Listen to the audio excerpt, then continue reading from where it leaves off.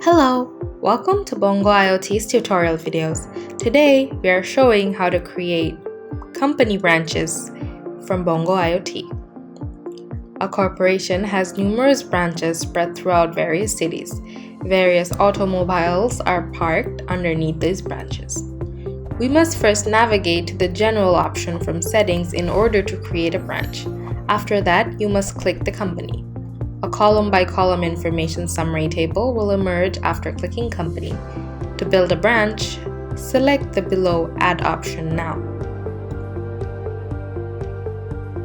The branch is a possible choice. You must click the Add button after selecting the branch option in order to create a new branch. You will be given the chance to fill up various input forms based on this.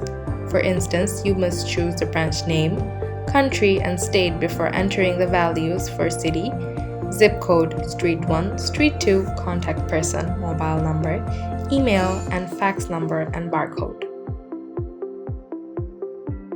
You must click this Save button after entering this information in order to save the company user as well. Therefore, the software will generate the new branch. Thank you.